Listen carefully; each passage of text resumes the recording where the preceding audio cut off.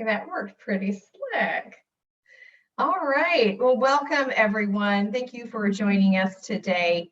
We're going to talk about oceans of possibilities, public libraries and food, summer and beyond. I know it's still kind of a scary subject to think about food in libraries for some of you. Hopefully we can allay a lot of those fears today. So this is a partnership presentation today from myself. I'm your youth services consultant at the State Library of North Carolina, and a group called Team Vittles from Ohio. And I'm going to let them take the ball now. That sounds great. Jasmine, thank you so much. And everyone, we're really happy to be here today. Hopefully you're seeing a lovely yellow screen that says Oceans of Food Possibilities. And that is what we are going to talk about this afternoon. So we're really happy to be here. We are a group from Ohio, but we're really dedicated to eradicating food insecurity in our communities. And that's across, any community that will talk to us, as well as all libraries. So basically, we're as librarians, we try to connect all of the dots in food insecurity. So we try to make sure that libraries can get involved with different programs in their communities, that everyone knows what's out there and knows how easy it is to really access a lot of these programs. So we focus on sharing best practices, we advocate for different programs and partnerships, and we also work on networking with pretty much anyone who will have us. And so we're really glad to be here with you this afternoon. So thank you. Our ideas for today that we're going to share with you can be applied to any library at any time of the year. So we hope you leave today's session with some really practical tips that you can implement in your library and your community. So with all of that said, let's dive in. So first off, a huge thanks to a fellow librarian named Kate McCartney at the Marysville Public Library. The New York Times actually came and interviewed her library about the summer food service program, and this is one of the great pictures that they took. So we always like to give a little shout out. This is one of the larger food providing communities and one of the larger programs in Ohio. So it's really nice to kind of showcase them a little bit. But let's talk about what we are going to do today, what our general agenda is. So we're going to start off discussing the state of childhood hunger, both nationally and in North Carolina. So thank you for Jasmine to walking us through that North Carolina context. We really appreciate you starting us off that way. We're going to talk a bit about our kind of practical 4 eyes approach. So this is an approach we've taken with a lot of different libraries to help them get involved in food security programs. So to help them bring these feeding programs to the community. So we're going to talk about that in some depth. We'll share kind of how to start, how to build, or even how to supplement existing programs at your library. So you have some really good practical ideas. And we're going to walk through a showcase of food distribution and food justice programs at different libraries. So you have some ideas in kind of your back pocket, if you will. And lastly, we're going to close out our session with just a really open discussion, a Q&A session, kind of ask us anything. So please feel free to put your questions in the chat. And at the end, we have plenty of time set aside and we will answer everything. So I'm going to be running our slides. I'm going to go ahead and mute myself and turn it over to Jasmine. Thank you, Sarah. I wanted to start us off with some specific North Carolina stats. I'm not going to read what's on the slide, but I wanted to emphasize that hunger is a real need in North Carolina. We have nearly 590,000 households who do not have enough food to eat each day. This is households. This isn't just like a single person. So this is probably multiple people in one home or one dwelling. Our state has the 10th highest rate of food insecurity in the nation. When we think about all of, particularly the wealth that is accumulated in the triangle area, that can be really startling, but we know as we get out into our more rural areas, that is more apparent. And Brenda, yes, we will be sharing the slides after the webinar. That's a good question. And here's some really staggering numbers. So in North Carolina, 1,417,440 people, or 1 in 7 people, are facing hunger. And that's 1 in 5 children. And to give it an actual number, that's 419,470. And that is huge. It's huge. So we have 100 counties in North Carolina, and 20 of those counties, that rate is more than 1 in 4. So we do have a real problem, and this is a problem that needs to be addressed. When we reflect on the prevalence of poverty, hunger is racially skewed as well. So while 62% of white households are food secure, that's the case for only about 43% of Black and Latinx households. So we have a lot of work to do, and we're going to talk a lot about how to do that and not the library having to do all of it themselves. You can't solve all of the problems here. There are lots of ways that libraries can be partners in securing food for people who are food insecure.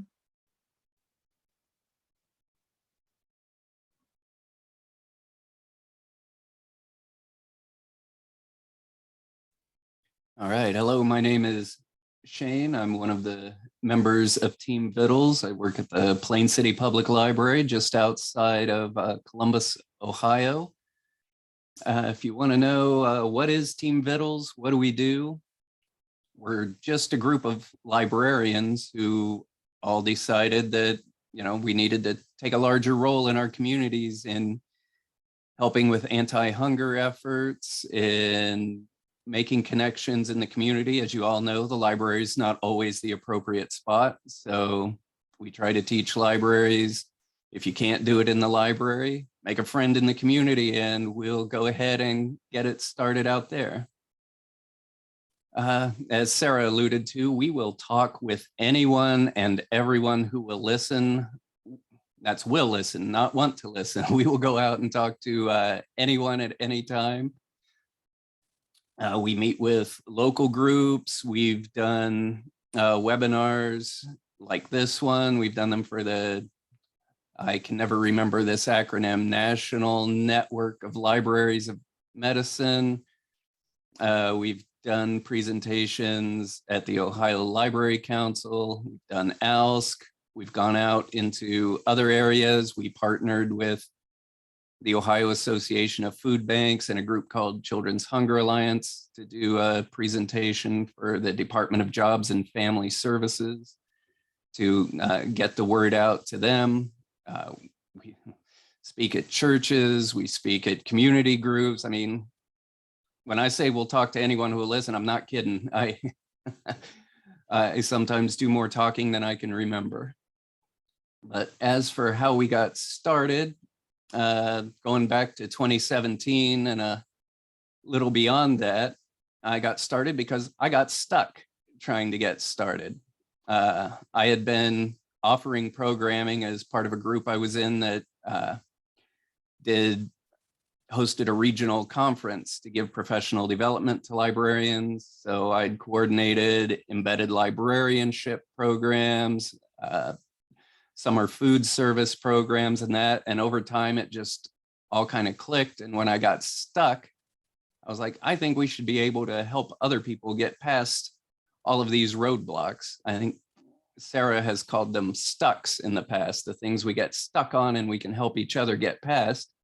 Because what I ran into was I couldn't find anyone to cook the food and do the paperwork, which is what a sponsor does. And I had no desire to handle all of that extra work. I looked at the maps and I was literally on the wrong side of the street to be able to provide meals to kids. And I had no idea what the way around it was, but I knew there had to be a way, but I didn't know what it was.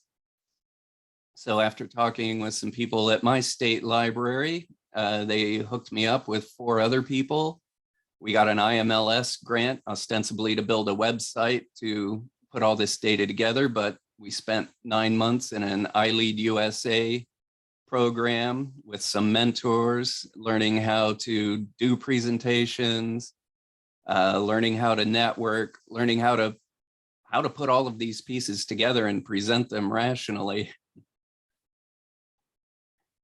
So over the years, as I said, we've hosted a number of programs, getting people in on the low-hanging fruit, which is the summer food service. If you happen to not be familiar with the summer food service program, that's a government-sponsored program. If your area is 50% or more reliant on free and reduced price meals, you're eligible to provide anywhere from 1 to 2 meals or a snack per day during the summer, and it has a school year counterpart, the child and adult care food program that operates the rest of the year for students, and you can provide one meal, which is dinner, under almost the exact same rules as the summer program. Let's see. I'm going to skip this part of my notes because Sarah has already gone out about this, but the one thing I would just want to hit on again is the library may not always be the right place for the program. And there are a lot more programs than just these two summer food and CACFP programs out there. So don't be afraid to go out and make partners and get things started in the community, even if the library isn't going to be a direct partner in that. One of the things that we've talked about is our 4 I's approach, which is to identify, integrate, inform, and inspire. So what we recommend you do is go out and look at your community, identify what the situation is on the ground, see who's already working, who's already doing anti-food initiatives, and make those partners in the community some great contact points for starting out. Are going to be churches, community groups. If you have a community center, they've usually got someone who's really keyed in.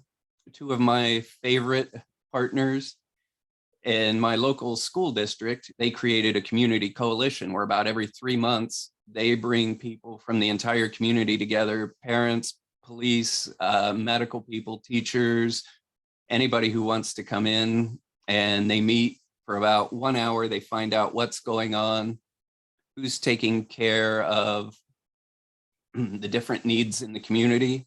And this goes beyond just anti-hunger efforts. You may have heard of the phrase feeding the whole child, where this is a larger effort to provide not only food, but intellectual nourishment, maybe clothes.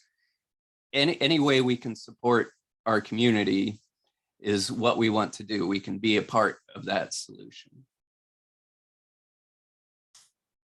You can make partners at the national level, the regional level. Feeding America has food banks all across the country. In Ohio, we have 12 regional food banks plus our plus our state level food bank. We've done a number of programs with them. Janice is going to hit on a great number of programs available to libraries that I had no idea about until we went out and actually met with the Ohio Association of Food Banks. We toured a couple of their facilities. They showed us what was available. They gave us, the paperwork we needed to hand out to people, because maybe we can't do it at the library, but we can show people what's available. The next 2 steps are to integrate and inform. So one of the things we've done, and we've done this in a couple different ways, but we've brought all of those partners together. We had a big meeting where we brought the regional food banks, the Department of Education, which is our group that handles the summer food service, and CACFP for the state of Ohio. I believe it's the Department of Public Instruction, Office of School Nutrition Services in North Carolina. We brought them. We brought a group that operates out of Ohio. They act as a sponsor that does all the paperwork and pays the bills for the whole state of Ohio. So they've been a great help for us. But we brought all of those people together, and everybody learned the benefits that were available to working with libraries. Libraries learned about what these opportunities were with the other organizations. So, and we've spent the last probably 2 or 3 years just trying to continue to build those bridges with those groups and get more libraries to know what's available and make some of these processes more turnkey, because we know you're all overstaffed. You've got 5 million hats on.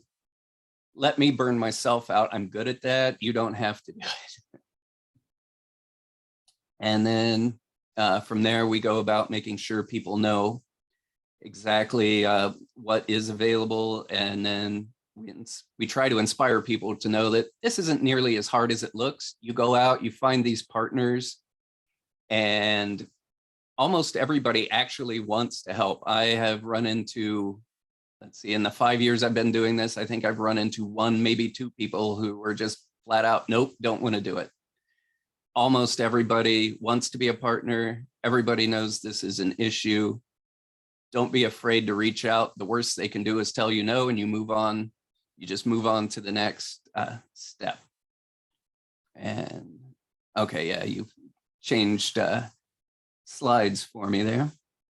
And I think Janice is going to cover most of these other opportunities we have, like farm markets, mobile pantries, all that. What I will say from here is be thinking, if you think a group like Team Vittles that does these things in North Carolina would be useful, I think Jasmine has a form ready that she can hand out. At the end, we can take some questions about that too, but banding together and just having a group that focuses on these things is a huge help. I can't think of how many people we've been able to reach out to and get started in these initiatives just by virtue of having a group that we could build off of and just bounce ideas off of. We tried some really crazy things.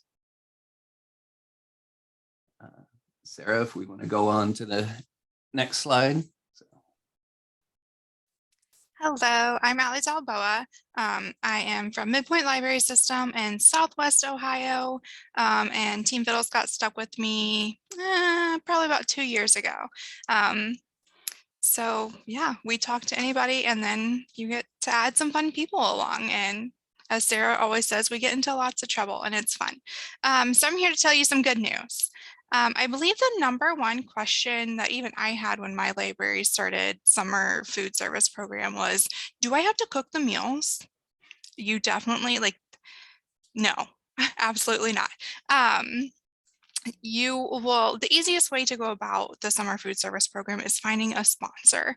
And I'm going to say usually, because I think I'm right, but there may be that 1% of you don't have to ever do the food. I have had 4 different sponsors in our time of being under the summer food service program. Please don't let that scare you. We've had weird things all along the way. And not once did we have to cook the meal or even package the food. It showed up, we gave it to the families that needed it. So it's this huge, scary thing to be thrown at you when you're trying to do summer reading programs and you're like, I cannot add one more additional step. It's not as big as it sounds. It sounds really scary. We promise we won't let you get thrown under the bus like that. The paperwork aspect of it is pretty simple. The application was probably the hardest part, and I'm sure North Carolina's application is different than Ohio's. It's just a lot of statistics, big words I can't say today, wow. And just a lot of data that you have to go and find, and that's honestly the hardest part of at least Ohio's paperwork. After that, it's just daily attendance. The sponsors that we have had at my library system do it electronically and paper forms that you have to submit at the end of the month. So very minimal paperwork if you have a sponsor. You can be your own sponsor, but my library has not done that, and it is a little more involved. I think Shane can answer more questions about that if any of you have questions about that. One of the best things that you will find are the volunteers. Use them, and not to sound creepy, but they will find you, and it's creepy in a good way if they will find you. I got a call last week because one of our branches at my library is part of the after school meals. I'm losing all of my words today, guys. Wow. I warned the group earlier that technology was not my friend, and it got me all flustered. So now I'm all discombobulated. But I received a call from a church group that found out that we've been doing after school dinner and they wanted to help. And we've been doing this since October. And so they find you and they want to help, and use those volunteers if you can. Requirements. you're a library, you meet any requirements. If you think there's special requirements with CACFP, you're supposed to have some kind of activity or some kind of other involvement, but as libraries, you're already meeting that. Just don't overthink it. It's really easy to be like, oof, there's requirements. We can't do anything extra. You're already doing the extra things. You don't have to go another step further. And those partners, they're literally everywhere. The Collaborative Summer Library Program has a part of their website is called Libraries and Summer Food. And this is just a little tidbit taken from that. It says, partnerships are key to successful implementation of summer feeding. This is not an area to venture into on your own. You are not a food service professional, nor are you expected to gain the knowledge and credentials to become one. And reciprocally, experts in the food delivery and anti-hunger ecosystem are not expected to know how libraries work and what capacities and assets you bring to the task of feeding children and addressing food insecurity. All that to say, know your limitations, because we all know we are all stretched so thin these days, but also do not limit yourselves. It's that borderline tiptoeing piece that you have to find of definitely tap into your partners. You know, you have your summer food service partners, school districts, your food pantries. Not right now because I'll get distracted by the chat, but I can link in the feedingthecarolinas.org/locations to help you guys find your food pantries. Use your friends of the library groups, your community gardens, any kind of like garden clubs, the PTA groups, 4-H's, your faith communities, local restaurants even. Just seek out and find any partners that you can. And Sarah, will you go to the next slide for me, please? Thank you. So you may be sitting here thinking, what can what can my library do? As Shane went through the 4 I's earlier, know your communities. Make sure you're identifying the needs. And it can range from something as, I'll use the word simple, but nothing is ever simple, of putting a free little pantry in your library to doing meals every day. It really can run the whole gamut there. Most important thing is talk about what you're doing. It's amazing the connections you will find when you're just talking to any community partner that you've ever worked with and you slide in like, hey, we have a free little pantry, and that opens such a door. You never know what will come, and it's amazing. So learn to humbly brag about yourselves. I know as librarians, it's super hard, but you just got to go for it. You got to do it. And going back to kind of like the 4 I's of what Shane talked about earlier, is my focus has always been youth. So I feel like I sometimes short my library system because I tend to go to youth and food. Like they need it too, but there's so much more that you can help with. So definitely search out what needs are in your community and make sure that you aren't missing anyone. And now I get to humbly brag about my library system. Sarah, thank you. So like I said, I'm from Midpoint Library System, and we have a service population of about 200,000. We service half of our county. And my library started doing summer food service program at one location back in 2016. And then every year from that, we built on as we could. Not all of our libraries are in eligible areas. One of my libraries, the library itself is not in an eligible area, but down the street at a park, that area is. So they serve out of a park when there's not lovely waivers. We are also part of the CACFP after school meals, like I said earlier, at one location. That was something that we wanted to try. We weren't really sure what we were getting ourselves into. We were all still very short-staffed, and it's going really well. We just expanded it to serve every day. So we are serving meals 7 days a week now, and we have a bigger turnout than what we expected, which is good that we can help, sad that it is there, but we are happy that we can help in that way.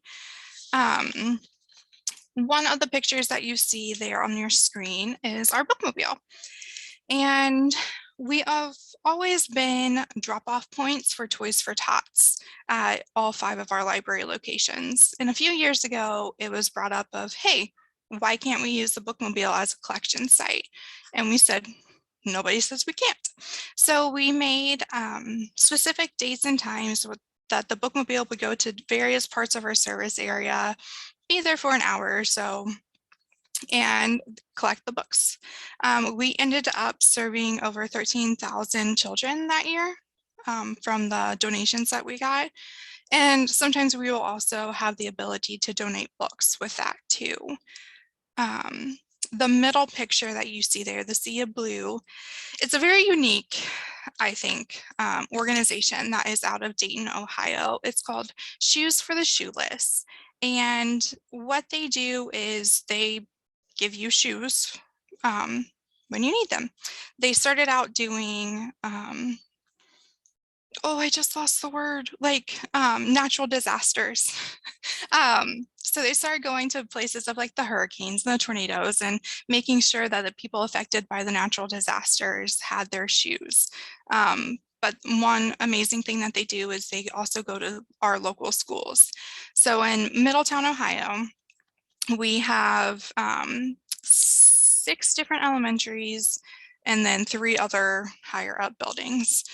And they now visit all 9 of our buildings, and we tag along and we take books. So the kids know that the days that they get their shoes, they get their books.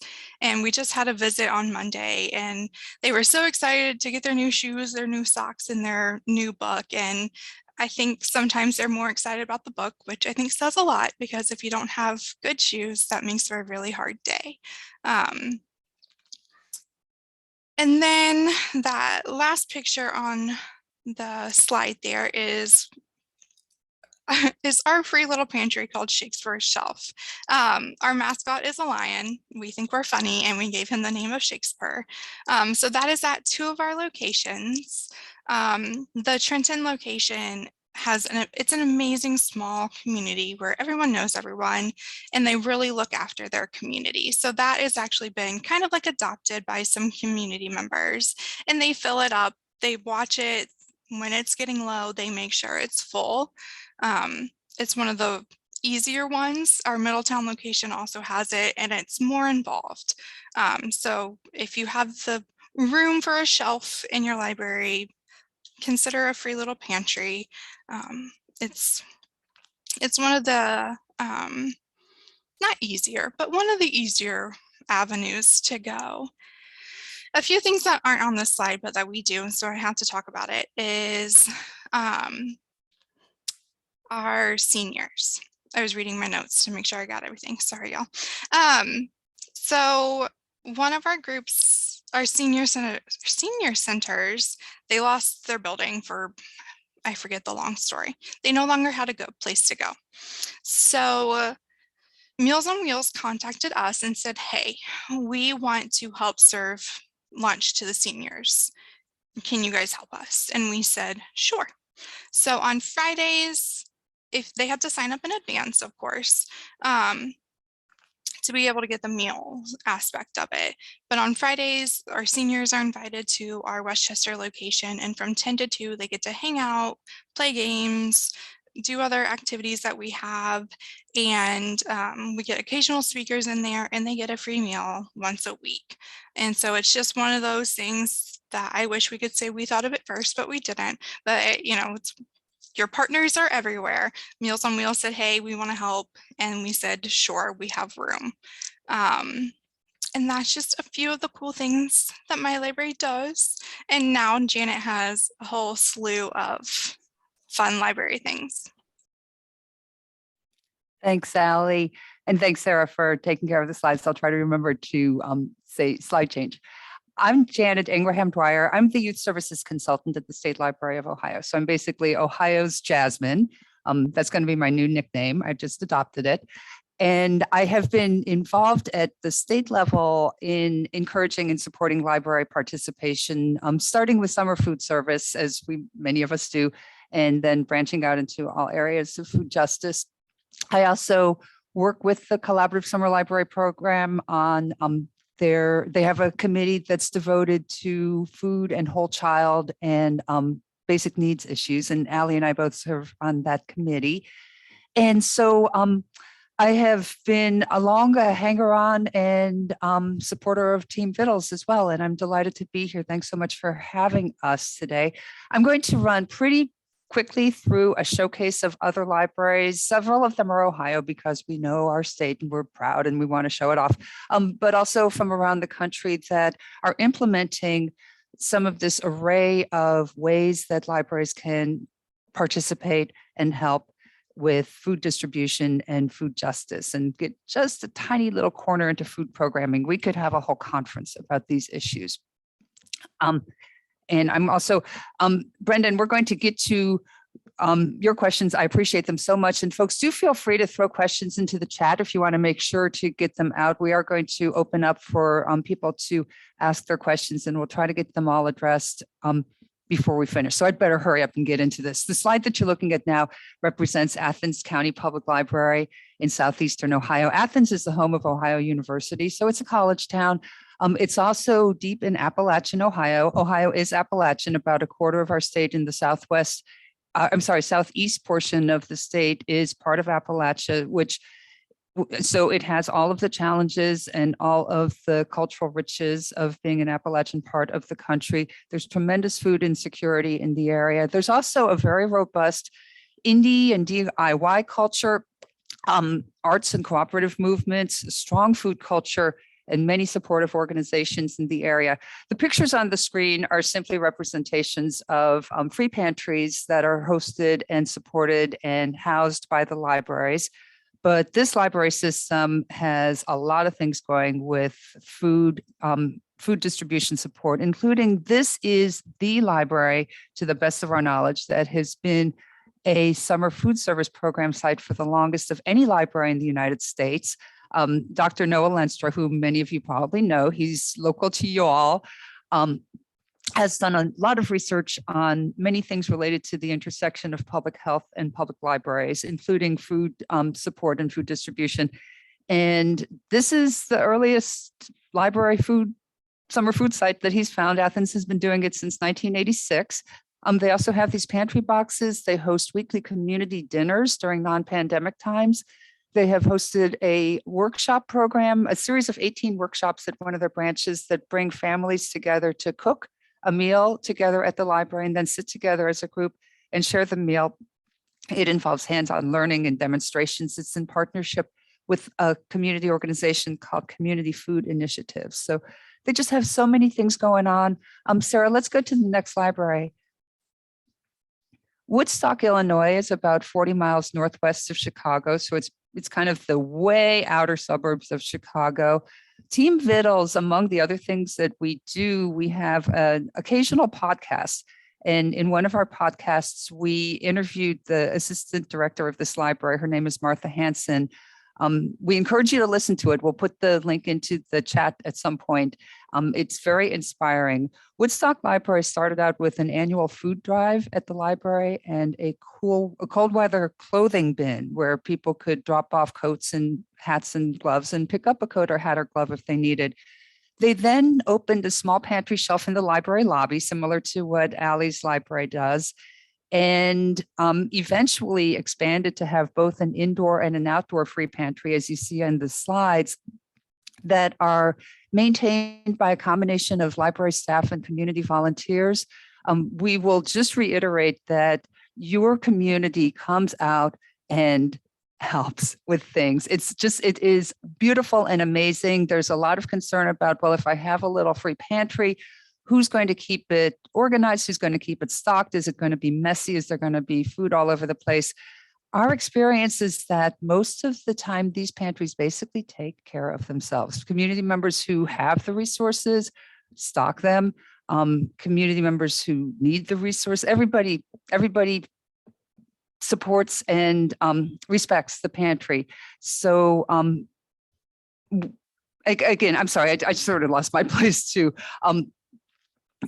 This is an entryway to helping with food distribution in your community that really feels accessible to a lot of libraries.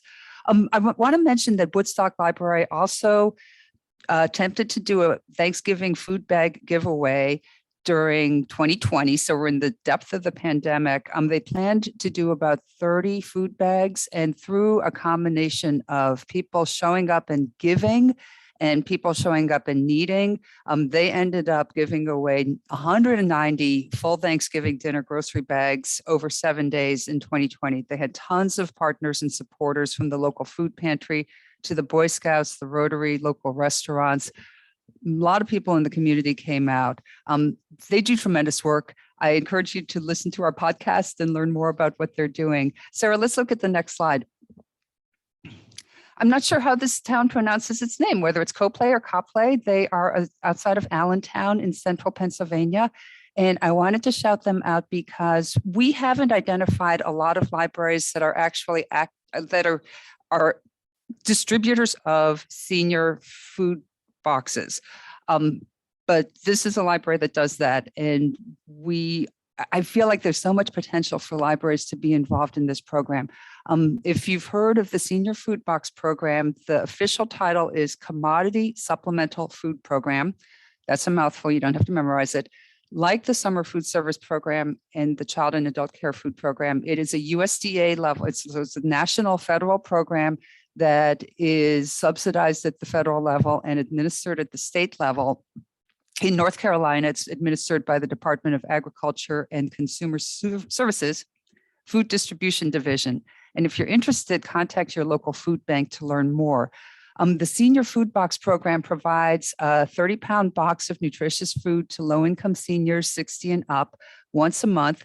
There are residency and income requirements. There is paperwork, and I know that this can be challenging for libraries because we like to preserve the privacy of our patrons. So be aware that participants need to register, and there's an ID check involved in it.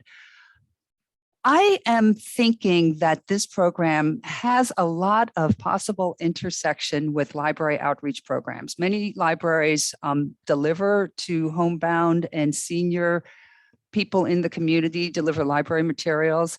If not actually deliver food boxes, perhaps libraries can be involved in letting seniors know about the food box program in their community. So just wanted to share that as another possible option for libraries to participate in some way or another. Up in the corner, the White House Coplay Hunger Initiative logo, just a shout out to this area nonprofit in the Allentown, Pennsylvania area that has a food pantry, a garden. They do summer and after school meals. They do sit-down community meals during non-pandemic times.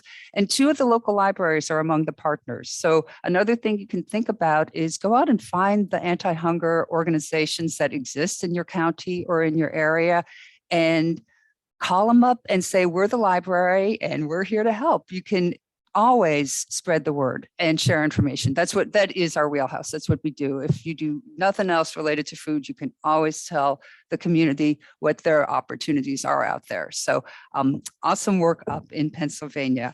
Let's go to the next slide. Now we're back in Ohio. Clark County is a sort of suburban rural county in between Columbus and Dayton. Their county seat, Springfield, is a small to mid-sized city. And they participate, they're one of a handful of libraries that participate in yet another USDA-sponsored program that is administered by the food banks around the country. This is the backpack program. This provides a backpack or box or bag of free groceries for children ages 1 to 18 to take home on the weekends. It's generally a weekly program. It is administered by the network of Feeding America food banks. So again, your local food bank or your area food bank, which you can find through feedingthecarolinas.org, will be the administrator for that program. You might also contact your school district to find out more about that. As a center of the community, both in many cases physically, geographically, and certainly culturally a center of the community, the library can be a really good distribution point for these sorts of programs. And again, if distribution is not needed, or if it just is not a good fit for you, then letting the community know the program is there is a beautiful job for us to do. Let's go to the next slide. This is a small library in Kansas, about 60 miles south of Kansas City, in Lacine. Lacine is the pronunciation of that town. It is a little town with a little library with a big meeting room. Isn't that something to admire and envy? They're a food desert. There's no grocery store within 20 miles, and they have been providing summer lunches for kids for going on 6 years, and lunches for seniors, as you see in the photograph, for at least 2 years. Now, something interesting about Lacine, and that's the actual official library name. So if you think your library name's a mouthful, you got nothing on them. They tried to do the summer food service program, the USDA program, and it just wasn't a good fit for them for a number of reasons that are outside of our scope today. But if you're interested, I can connect you with them. So they decided to go self-funded. Again, this is a small library, small community, not a wealthy community, but they worked their connections and they found community members who were invested and concerned and willing to donate food, willing to donate money, got a few small grants, and were able to start providing occasional senior lunches and summer meals for children, self-funded outside of the USDA program. During spring 2020, during the pandemic, they continued their meal programs through delivery and pickup. They are gangbusters, my friends. They're mighty and they are tiny. A small library, small community, big impact. So if that is you, if you're a small library, small community and think we don't have tons of resources, I'm not trying to hold this up to you to say anybody can feed 60 seniors in their meeting room because maybe you can't, but you can do more than you imagine that you can do. This library has, and you can also. Let's go to the next slide. And kind of like in the opposite edge of libraries, Gwinnett County, as you might be familiar with them, they are a large suburban county of Atlanta. And I wanted to share that they partner with 2 food banks to provide a drive-through food distribution at 2 of the library branches. So weekly or every other week, I think that's bi-weekly, every 1 or 2 weeks, there is a truck that rides up to the library parking lot and they distribute food boxes from the food bank, first come, first serve, as long as supplies last. And this is non-perishable food and produce. So the library is essentially serving as a mobile pantry location. The library also has provided a number of more traditional library services in conjunction with the food banks. They've done library outreach to clients at the food bank, including pop-up story times, donating books. They have a community garden. I'll talk about community gardens in a minute. And so they've donated produce. I know that's not as traditional a library service. They distributed take and make. It used to be make and take before the pandemic. People would come into the library, make something and take it home. Now it's take and make because we give them a bag with all the goodies in it and they take it home and do it. So anyway, like many of you, this library was doing take and make kits and probably still is for families and kiddos during the pandemic. And they distributed STEM-based kits through the food banks as well. There just is so much opportunity for partnership around traditional library services related to food distribution, as well as food distribution services. Their food is provided by the Atlanta Community Food Bank. I will reiterate that you do not have to provide the food. You don't have to prepare the food. We'll get to Brenda's question if it hasn't already been addressed in the chat about temperature control and things like that. But know that you are not food service professionals and you're not expected to be food service professionals. You'll have a support network when you get into working with the food banks, with your local food pantries, with your school district, with whoever you're partnering with. you'll find the expertise out there for those things. Sarah, let's go to the next library. I'm going to zip through 2 more slides about libraries, and then we'll get to questions. Canton, Ohio is in the Akron area, which is south of Cleveland. And all of these cities are in Northeast Ohio, which is the industrial Rust Belt, with all of the challenges of being a Rust Belt city. This library used an initiative called Reimagining School Readiness, which is gradually being rolled out nationwide from the Bay Area Discovery Museum in California, to bring it together with summer reading, literacy support, and food distribution into a program called Reimagining Summer at Your Library. This program took place for the first time in 2021, and it was developed to combat learning loss and food insecurity in Canton. So the library created a range of enrichment activities like you all do during the summer, and distributed food backpacks for kindergarten through 3rd graders and their caregivers in targeted, resource-poor, vulnerable communities in Canton. This program is intended to nurture creative thinking and combat learning loss, also to support and strengthen family connections, to feed families, to support school success, and to create and grow partnerships in the area. And last but not least at all, the pictures that you see are from a small library in Southern Ohio called Blanchester Public Library, which I should have changed the slide to say one of many across the United States. If you have the exterior space for it, many libraries have established food gardens on their library property or in partnership with an adjoining park or an adjoining public space. This particular food garden was established in 2018 with federal funding administered by the State Library of Ohio through the LSTA. We have an LSTA subgrant program to libraries. There are other non-federal fund sources for finding money for establishing a garden. Gardens are complicated. They are very labor heavy over the long haul. You need to figure out whether you can invest a long-term time investment of library staff time or have really reliable, solid volunteers. But the opportunities for associated programming, food literacy programming, learning how to garden, learning how to cook and prepare and eat healthy foods, children's and teen programming, volunteer opportunities. There's just such a bundle of things you can do around gardening, not to mention that you end up with produce, which you can then give to people in your community who may be in need of food. Similarly, there are a lot of libraries that have formed seed libraries, seed exchanges, that are housed at the library, frequently with support from volunteer organizations.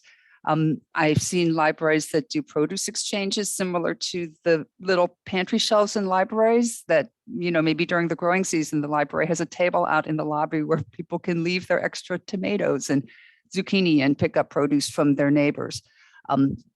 One of just zillions of things that you can do. I think that is it. Let's see what's next. Ta-da! Okay, we're up to Q&A. Thank you so much for helping me walk through that tour of what a number of libraries are doing. That hopefully just gives you a flavor of what all the opportunities are that are out there. And it was just kind of scratching the surface. My sense is that there are probably a lot of questions or at least conversation in the chat. So let's open it up to maybe what's been asked already that hasn't been addressed, and then we'll have time for further questions. Is that okay, Jasmine and team? Yeah. So, Brenda had asked a question up in there about refrigeration or heating, but also about what constitutes a meal. What does a meal look like? And I think from our slides, that depends on whether you're doing the federal program or you're doing your own, like that one little library in Kansas. But y'all are the experts, so I'm going to let you give the feedback on that. That's absolutely right, Jasmine. If you want to provide food for people in your community. And there are lots of reasons to do that. Something that we didn't really discuss, but that that is helpful to libraries is if you have an after school rush at your library, you are, and this may not be very present tense because we're still in a pandemic. And in Ohio, at least a lot of our libraries just do not have the kids in the library after school yet, like we used to. But let's imagine for a minute, because it will be such that kids are hanging out in the library again. If you get kids coming into the library right after school and staying there until you close at 8 or 9, or in the summer, if they show up when you open in the morning and they're there until you close at night, those kids are, they during the school year have not eaten anything since school lunch, which is probably at some unreal hour, like 10:30 in the morning. And during the summer, they got nothing. So if you can't, or it's not a good fit to actually do the federal program or any kind of program, see if you can get someone to donate granola bars and apples and bananas or something so that you just have something at the children's and the teen desks to hand out. I know that there are a lot of libraries that just have a sign on the front door that say no food in the library. I think it's time for us to put the kids first before our precious books, but I will respect will respect what every library is doing. I'm also not answering the question yet. If you work outside of the USDA program, please check with your local health department to see what the requirements are, but you don't have to worry about what the components of a meal are. If you work within the USDA Summer Food Service Program or Child and Adult Care Food Program, your sponsoring organization will have that all worked out. There is definitely a specific meal composition that it has to have if it's a meal, it has to have a fluid milk. It has to have, I believe it's 2 fruit and vegetable servings. It has to have 1 protein serving. It has to have 1 bread serving. And there are specifics about what constitutes which kind of thing and so forth. But you as the site shouldn't really have to worry about that at all, because the sponsoring organization, which might be your school district, it might be your food bank, it might be the YMCA, it might be Parks and Recreation. There are a lot of different organizations that already do this across North Carolina and hopefully can take the library on as an additional site. So there are requirements, but that shouldn't be on your shoulders. As far as keeping food hot or cold, if you serve hot or cold meals, there are requirements also for maintaining temperature. Hopefully your food provider has the equipment needed. You may need to invest in a refrigerator or in coolers or something like that. Everybody loves hot meals, but hot meals are really challenging. In Ohio, we have a statewide organization that provides shelf-stable meals, which doesn't sound fascinating, but it's things like shelf-stable hummus and chips and box juices and Jack Links and cheese sticks. It's not like #1 best nutrition, but it's within the nutrition guidelines, and it's food that kids will eat anyway because it's similar to corner store food, but it's not quite Flamin' Hot Cheetos, my favorite food. It's a little more nutritious than that. So you could perhaps work with a sponsor that can set you up with shelf stable, which would mean you really don't have to worry about temperature issues at all. Thank you for that, Janet. Shane, I see you just unmuted, so go ahead. I was just going to say the shelf stable options for the meals are largely a function of the waivers that are currently in place, as I recall, and those are set to expire for this summer. But do the snacks work different? Because there is an option to do a snack instead of a meal. Are the shelf stable snacks okay during the normal process? Actually, shelf-stable meals are okay during the normal process. The thing that's different is that, and folks, we haven't really gotten into this because it's a little bit technical, but I will say for people who are interested in the USDA programs, and specifically summer and after school, ordinarily pre-COVID, there was a requirement that the food being served be eaten on site. So you'd have your kiddos come into the library meeting room, or if you have an outdoor area, like the picture from Marysville Public Library, wherever. I've been to a library where they just cleared, it was a tiny library. They just cleared everybody out for a half an hour every day. And the kids sat in between the stacks. I am not kidding you. People will figure this out if it works for their community. But the kids had to eat on site under ordinary rules. We've mentioned waivers a couple times. There are currently, because of the pandemic, waivers in effect that allow you to do grab and go instead of serving in the library, that allow you to have greater flexibility as far as handing out several meals for a week at one time instead of one meal per kid. Also, more communities are currently eligible than usual. The 50% guideline is suspended at least through the end of the school year. I hope that continues. As far as shelf stable, I mean, you can still do shelf stable meals and the kids will have to sit down and rip open those packages and eat them in the library. It's not really a matter of that. Of course, shelf stable is really convenient for grab and go, but you can sit and eat the shelf stable meal. So those can still take place.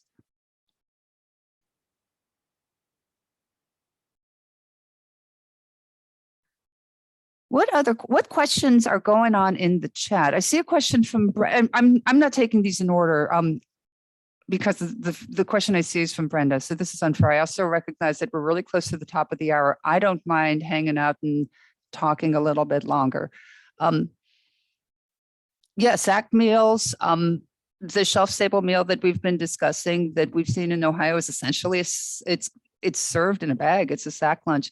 I also visited a library once that is not doing the USDA option, but is working with a local church that brings peanut butter and sun butter sandwiches and carrot sticks over in bags to the library. And they put them out on a book cart at the circulation area during the summer in the middle of the day. And it's first come, first serve until they're gone. And it occurred to me that I think one of the other things that sometimes we can be worried about in our libraries is crumbs and then critters. But hey, get your regular volunteers involved, get your teen advisory group volunteers involved, and kind of once you see most of the snack wrapping up, toss a vacuum to one of the teams or one of the other groups around that might be able to help out real quick and get some of those things up real fast. This is not, I mean, it's so not complicated. And again, we saw a lot of really great ideas of food that the library helps coordinate, but isn't necessarily in the library. So there's so many options, so many options. I put a link in the chat, and this will be available with a recording in the Niche Academy. If you would be interested in being a part of a group similar to Team Vittles, but here in North Carolina, Team Vittles, Shane has volunteered to help us kind of coach through forming that group. And I guarantee you, once I put this out on our listservs, Dr. Noah Lindstrom will be signed up as fast as his fingers will take him.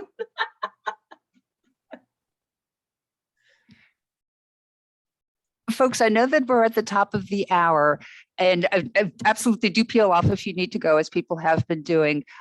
Yeah, we know Noah very well at Ohio. Also, he's everywhere at all times. If there are questions that you asked in the chat that have not been addressed, would you kindly repost them in the chat, or just unmute and ask? Or if there's a question that you've been meaning to ask that you haven't yet, I want to make sure that we cover what people came specifically wanting to know. And of course, Jasmine and all of the Team Vittles folks are more than available for follow-up. All of our emails are on the screen right now. I haven't seen any other questions in the chat that haven't been answered at all. There's been lots of just good suggestions and sharing ideas and that sort of stuff. So that's been really awesome. I'll just throw this out from our experience. If you reach out to your regional food bank about a specific program, even though they're all run under Feeding America, they don't all have the same strengths. So specific programs may not be as well developed in certain regions. They go with the strengths and the needs in their particular region. But if you reach out, they might be able to put you in touch with someone else who is doing that particular program. But yeah, be sure to go ahead and use your regional food bank as a resource. They're usually really great to work with.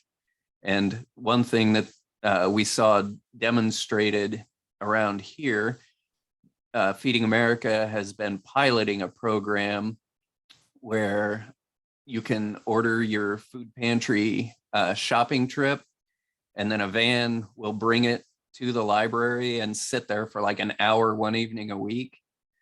And it's possible that people can come pick up their food pantry items after hours, because if you're like we are, our local pantry's open 3 hours a week. That makes it kind of difficult to get your meal, but they're working on a service that might allow people to be able to just come to the library and get their stuff with almost zero intervention by the library. Just they have to give them permission to use the parking lot for an hour. I'll put a couple of these links in the chat real quick, but we do have some examples of how some of this is taking place in North Carolina as well. One is from Wilkes County and one is from Buncombe County. And the Buncombe one has happened very recently, so that's top of my mind about how that all works. But I know they're actually just working with the YMCA in their area. And the YMCA has like a mobile food pantry, and they're coordinating with Buncombe County Libraries to bring that mobile food pantry to the library. So really, it's just literally a matter of coordinating a time in the library, putting it on their calendar. So again, not a big, that is so little work and so little commitment from the library, but is still providing food, much needed food and meals to people in all of their branches. So yes, oh, Cassandra, that's your library. That's awesome. Here's the one from Wilkes, and I'll grab the one from Buncombe here in just a second. Are there any other questions that anybody has?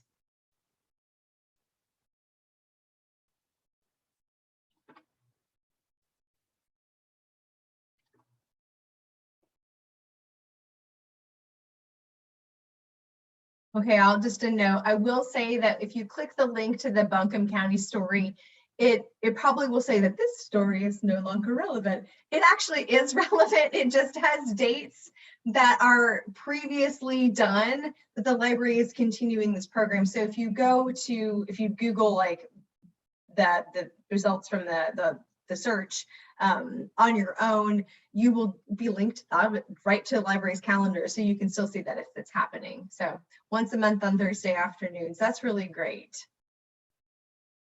Thank you, Cassandra, for sharing that.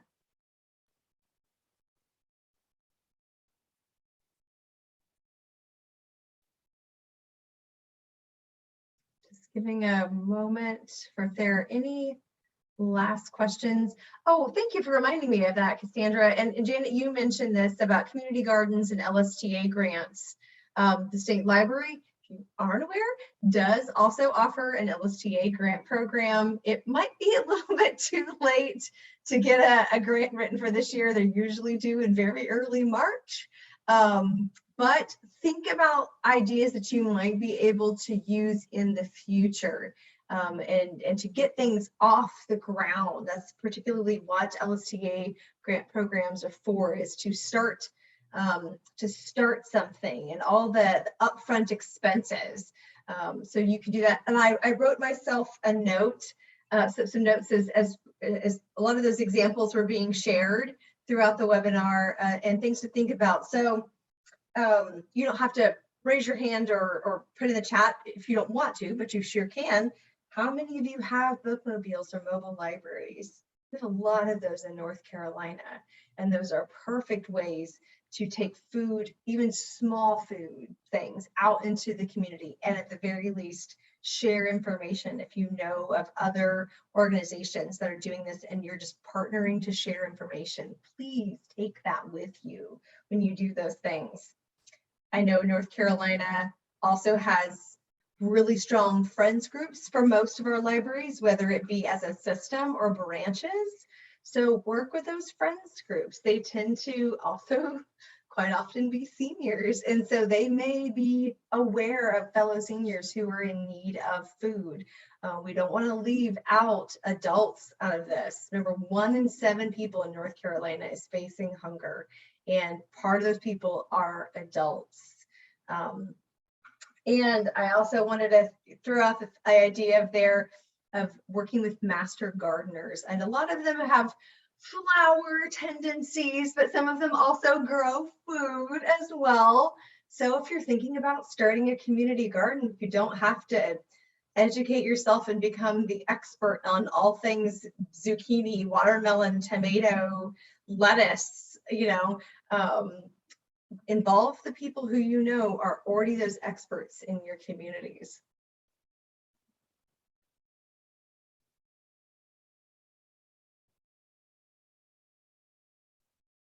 I'll take a last call for questions. And if there aren't any, I will stop the recording. We don't need to belabor everyone being here, but while we have the Team Vittles folks here, feel free to take advantage of their expertise and experience.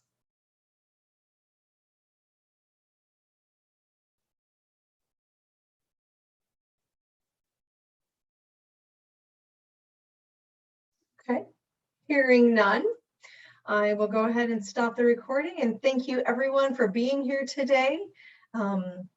Have your fellow people in the library watch the recording. If they do any kind of outreach at all, or if you know they have a specialty in these areas, if they are a good baker, if they like to cook, if they garden, get all those people involved. You don't have to do it all yourself in the library either.